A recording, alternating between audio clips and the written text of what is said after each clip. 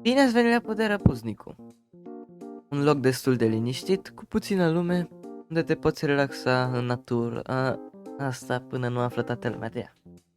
Dar stați puțin, de ce avem muzică? Să vii la natură!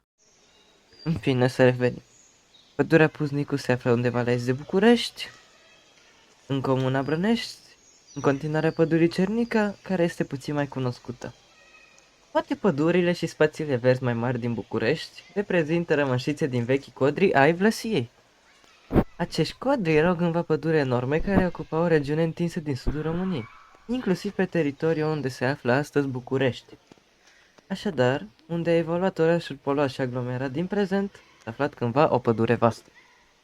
De aceea, prin împrejurimile Bucureștiului încă sunt locuri frumoase de explorat, precum pădurea Pusnicu. Printre atracțiile acestei păduri se numără un lac și, bineînțeles, un restaurant, deoarece lumea trebuie să facă grătar, nu-i așa? Se numește restaurantul Casa Pusnicu. Dar nu ne axăm nici pe lac, nici pe restaurant, așa că să continuăm. Nu există niciun dubiu. Nu trebuie să te adâncești în pădure pentru a găsi mai multe specii de plante, cum ar fi tei, dintre care am găsit și tei afectat de acarieni. Se poate face ceai de tei, ricin, plantă toxică pentru om dacă este digerat, dar poate fi folosită ca plantă medicinală, făcându-se ulei de ricin. Arțar, din care se poate face sirop de arțar. Lipicioasele, care curăță, purifică și detoxifică organismul uman. Horn, care are proprietăți vindecătoare. Tejar și asmățui, care este o specie de pătrunjel folosită și în mâncare. Cu flora am terminat, dar ca faună. Ce găsim ca faună? Păi, în primul rând avem cunoscutul Homo sapiens sapiens sau popular omul.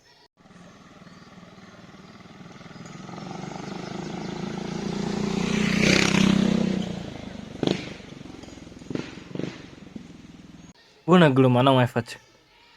Două feluri de păsări, binecunoscuta cioară, pe care o puteți vedea aici.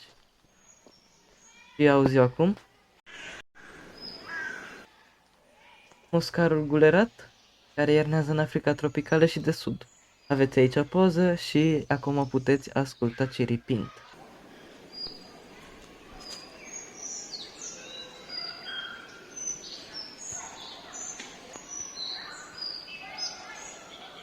Insecte. Poate observa vaca Domnului.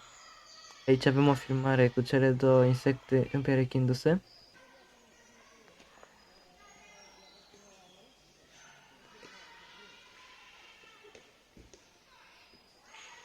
Musca, o muscă normală. Musca de oțet.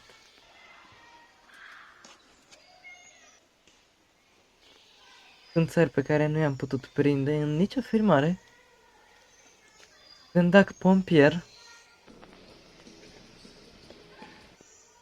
Bronzofie de aur.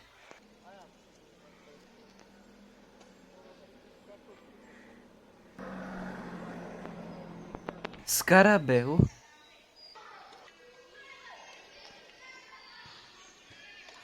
Și furnici. Foarte importantele furnici.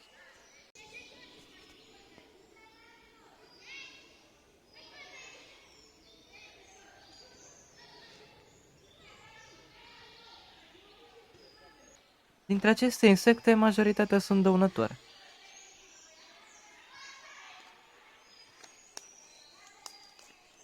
Aceste înșirări ne-au adus în final la 8 specii de insecte, 2 specii de păsări și 7 specii de plante. Probabil că erau mult mai multe, dar eu am reușit să găsesc în acel timp de căutare.